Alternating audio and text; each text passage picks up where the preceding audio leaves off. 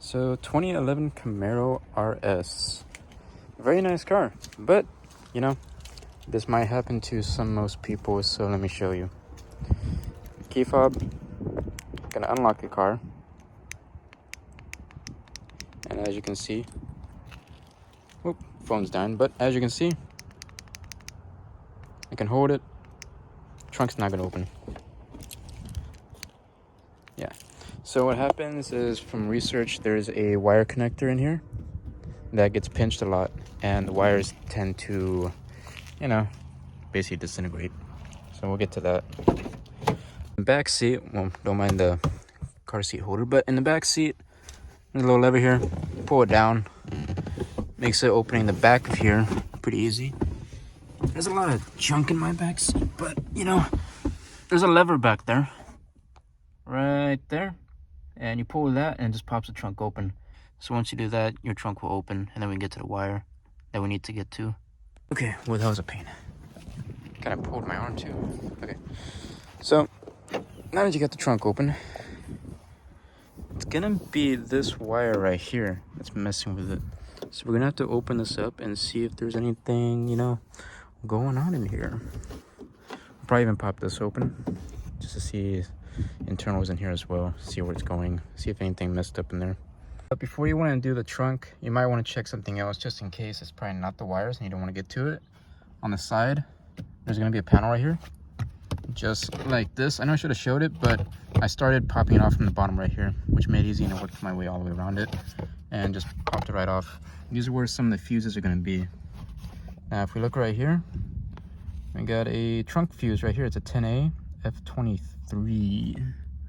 So got a car on the side, so hopefully we can try to get in there and see where it's at. I can use this.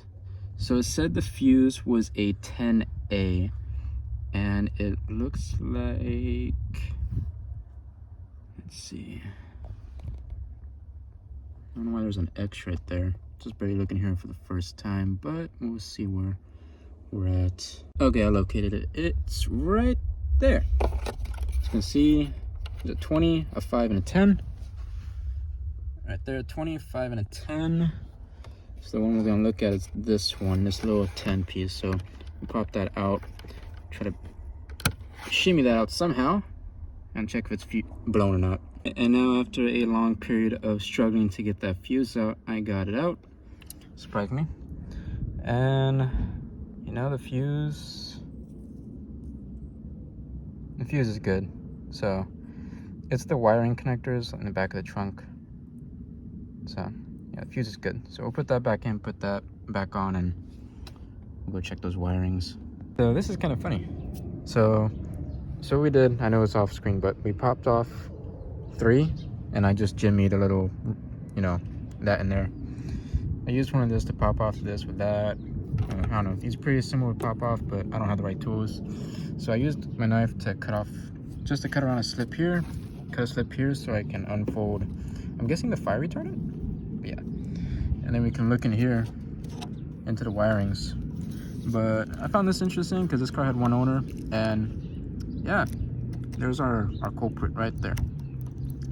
What we're gonna have to do is just reconnect that, and should be good. I mean, it's pretty easy to fix. It's just very questionable when you see stuff like this, especially on a one owner,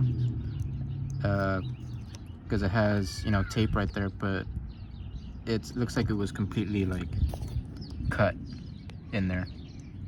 So yeah, we'll snip that up and clean it up and get it ready going.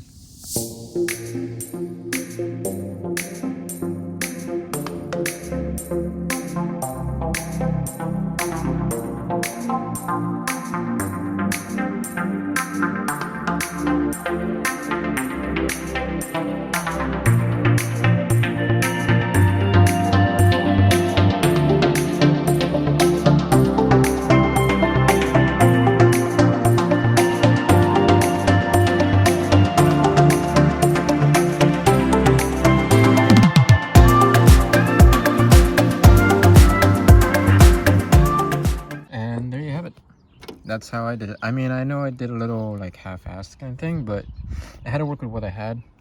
I used an extra piece of wire from my Honda from the tail lights, it should work fine. It's just to send a signal to the little opener. And then I just zip tied that just for extra fire retardant, I guess. And then yeah, just covered up everything. And we're gonna close it and see if that fixed it. Just gonna put everything in. I'll just put those right there for now, because I'm not gonna close it up just in case it doesn't open. Just so I can reopen all that. Well, hopefully it opens. So nothing there. Close it.